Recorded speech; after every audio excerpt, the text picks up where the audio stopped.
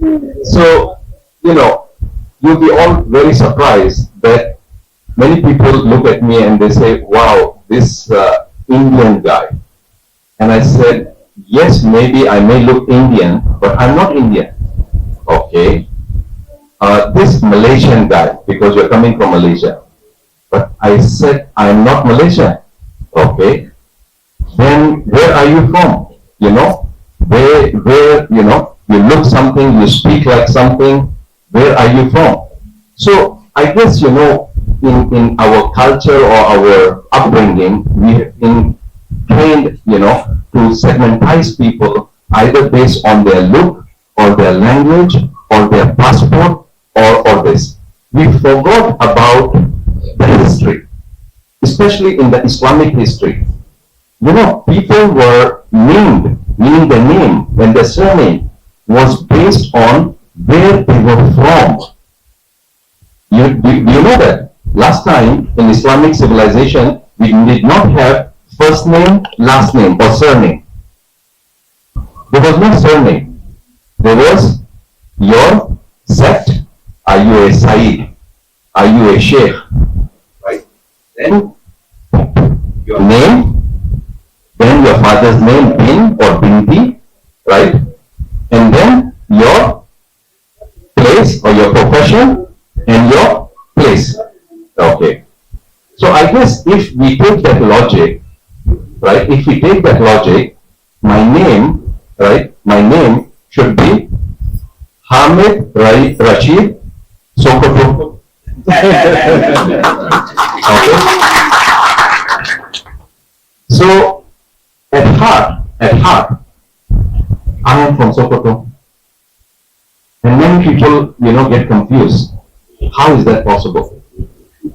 So in that journey, my father was posted in Sokoto in 1980, very long time ago. And I was 7 years old when I moved to Sokoto. Okay? And that also not proper Sokoto like you are in the town in Sokoto. I was in the villages of Sokoto. Okay? In those days, that was the village. And today, we talk about, so the village I belong to is Ɗundaye. So in those days, 1980, Ɗundaye was mud walls and, the grass roofs. That is what it was. I actually went there a few days ago and I was surprised.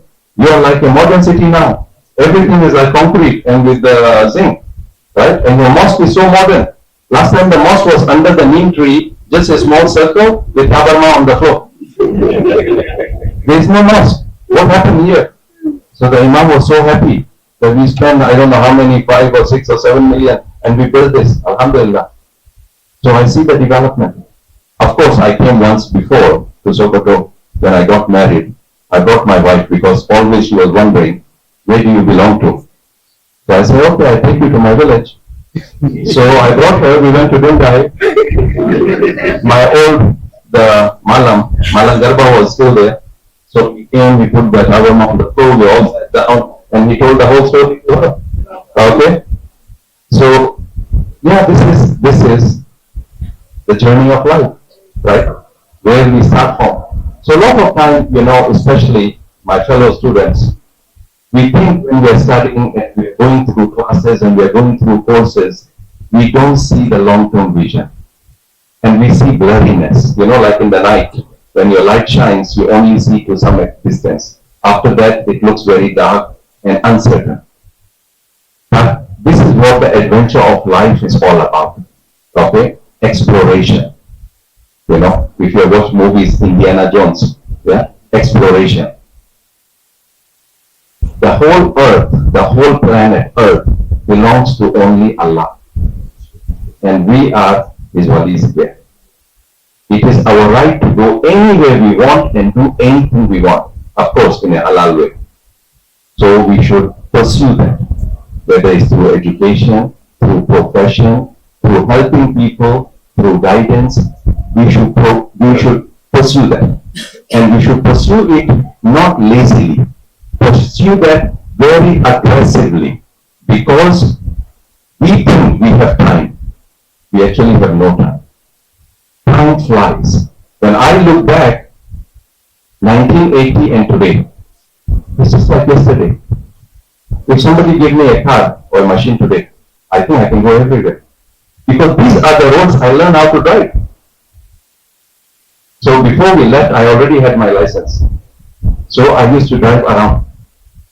I know all the roads, even in the old part of the town, around Sultan Palace.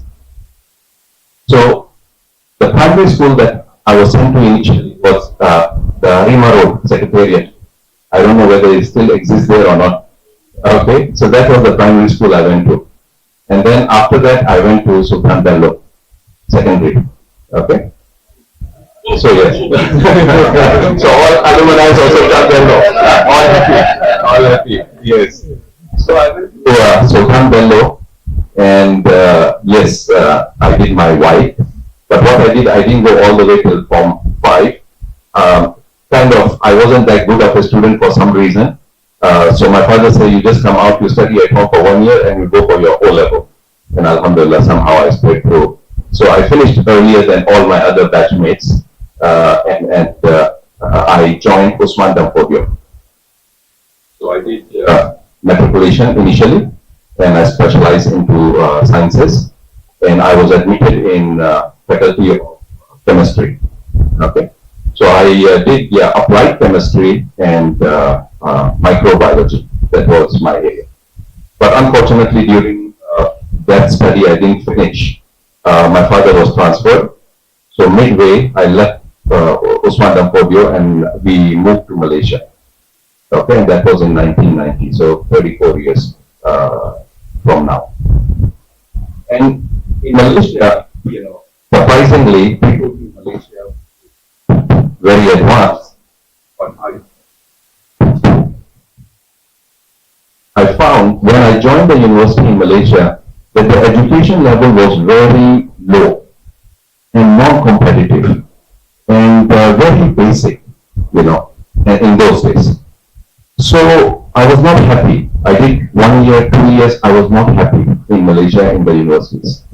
So I was then admitted to a university in Australia, Western Australia, and alone at the age of I think 17 or 18, I moved to Australia. And I completed my undergraduate in Australia. Then I did my postgraduate also in Australia. And then in year 2000, I came back to Malaysia because my parents are there and my siblings and my whole family was there. And then I got into the workforce, as a fresh graduate with a postgraduate degree. I got a job with Hewlett Packard, HP, the guys that make the computers. So I was in the research and development with HP in developing technologies. And I worked with them for many, many years. And from HP, I was recruited to the Malaysian Oil and Gas, Petronas. And I joined Petronas as a GM and managed 6 businesses for Petronas. And Alhamdulillah, so if you see Malaysia, the Twin Towers, the big 2 Twin Towers, my office used to be on level 57. So I was in Tower 2, level 57. So Alhamdulillah, I did very, very well in Petronas. I used to report directly to the CEO of Petronas and to the board members. And I learned a lot from them. Very humble, very, very good people that taught me. But what happens is, a lot of time you keep thinking that the grass is greener on the other side. Even though you're sitting in level 57 and you're getting a big salary and you have company car and all happy, but you're still thinking the grass is greener somewhere else. Okay? So, rather than looking for another job, I thought of why don't I go on my own? And that feeling was there that if I can do so well for my companies, I'm sure, inshallah, I can do something well for myself on my own, right? But it's not that I'm really entrepreneur, but I guess that little water or salt of Sokoto was in there. To do a business, to do some business. Even though I have a job, I want to try business, okay? So, but always the biggest problem with business is raising capital. And not only capital, but if you stop working, then your income stops. Then you're burning. Every day you're burning, right? So, anyway, Allah always knows what in our mind and our intentions. So Allah brought one of my friends that we graduated together. He did very well in business. So he was looking for a partner. So he approached me and said he's willing to finance and let's start in 2014. So I said okay, and that gave me the encouragement that there is a funder now who I know I trust, so I can leave and we can start. So I left Petronas in 2014 and we started a company in Malaysia itself. And that proves that how good you are in what you do. Is proof is in the pudding by actually succeeding in doing something on your own. And within 3 years, we did so well that we were able to sell off the company with the technology that we had developed. Okay, so in 2017, we sold off the technology to the Russians. The Russians came and they bought the whole company and technology from us. And okay, Alhamdulillah, we got some money and we knew that we did something good. But during business, right, that's where I started getting realization between 2014 and 17 that business is very good, okay, and it's very good in making money. But I didn't find it satisfactory because we were not contributing anything to the people. It's like being very selfish. Everything, the profit is yours. Everything you're doing is for yourself. And that's where the realization started coming more and more that I must do something where at the same time I can help people. Okay? So when I looked into this area, this is what brought me in 2016 and 17 in the area of zakat and wakaf. Okay?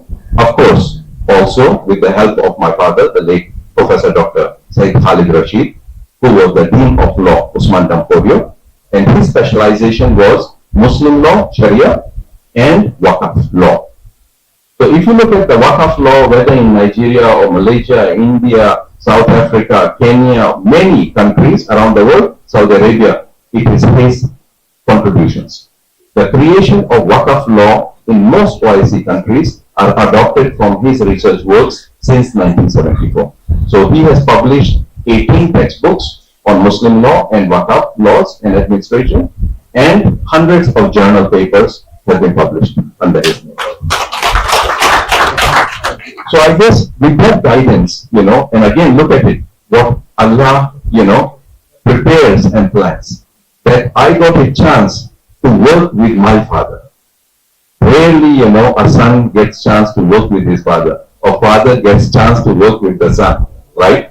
Not as a small business, but as a employer-employee, right? Master and student approach, right?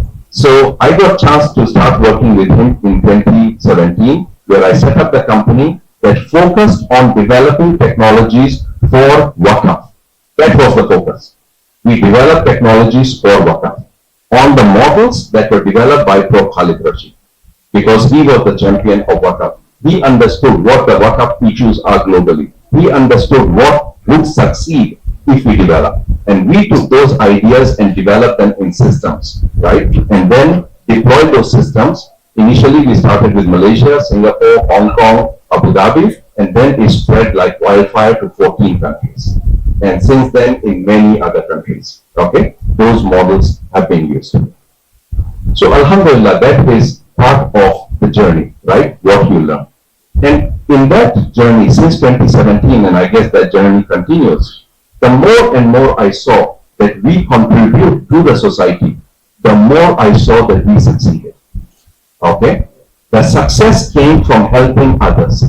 The success did not come from profit. Profit now, for last few years has become secondary. And many people ask, okay, as a small company, do you actually make money? Right? Or you're kind of living hand to mouth? Alhamdulillah, from day one, when we had the niyyah, the intention of doing business using Waqaf, okay, from 2017 until today, we have made so much money that even our competitors think, how do you make this money? Our salaries that we pay to our staff is higher than any other company that they stay with us. We have never been late with our salary. Many companies, they become late. Oh, this month the sales are not good. we become late with the salary, right? In 7 or 8 years, not one day late with the salary. On the date you pay the salary. Okay? So this proves not my performance. I don't take pride in it at all. I look up and I say, this is what Allah has done. This is a proof that there is a bigger calling and a bigger power that is driving this. We are just here as the instruments, the little cogs in the machinery. We are just the pen. Okay? So why I'm sharing this with you is because maybe many years ago during my student days, in my early days, I felt the same myopic views, that I was shining the light, but I didn't see the future, right? Until I started adopting the Islamic ways, the Islamic way of life, thinking about Islamic institutions, and putting Islamic thought before anything else. And that started opening up more and more horizons and perspective. So this is a concept called Islamization of knowledge. Dr. Faruqi, he wrote the little book. Okay, you should. So based on that little book of Dr. Faruqi, Islamization of knowledge, 2 global universities were set up: the International Islamic University Malaysia and International Islamic University Islamabad. 2 universities, right? And that is the objective: is to develop the young minds and to develop our academics and the research work based on the Islamic thought. So we are not saying that the Western is bad. No, Western is good. All knowledge is good. But as long as it is through the filter of the Islamic views and Sharia views, all knowledge is good. Okay? So I'm really honored that you are here today, and I'm standing before you to share with you this journey, right? And so grateful to Al-Haji Nawal Mahdoki for making this possible, to come back to Sokoto to share my knowledge and my thoughts, not only with you but many others. I'm very grateful to the Honorable Vice Chancellor for giving this opportunity for sharing. And I really welcome any of you, because in our company we do internships for students, even international students. I've had interns from the US, from Afghanistan, from UK that do. So we do virtual internships that you can join for 3 months or 6 months and learn about research and new areas and contribute into the projects. Okay. We also work with academics all over the world. We have so many collaborations with academics. We have joint publications. If you look at Fintera, that's the name of the company, or the product, Wakaf Chain, look at how many corpus level journal papers get published in different areas of Islamic microfinance, and Wakaf, in Zakat, in Wakaf and cryptocurrencies, blockchain, so many areas that every year, we get publications in these areas. So we work with academics and researchers.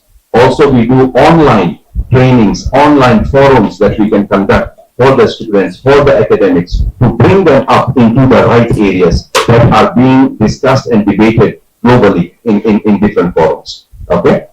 See, global perspectives is very important.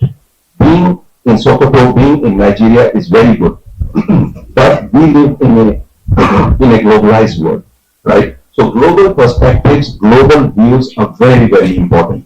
Knowing what is happening in which country, what new regulations are coming, what are the cutting edge areas that are being developed, who are those leading subject matter experts that are working on, and having communication with them is what is going to propel you to the envelope, to the edge of the envelope, right?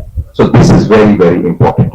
So I welcome this collaboration, right, with Northwest University and the students and academics here with my company. Otherwise, I'm also involved with many other universities and institutions in Malaysia and many other countries that I could connect you with if I think that if there are certain areas that you need help, I can connect you with that. Whether it is in the Middle East,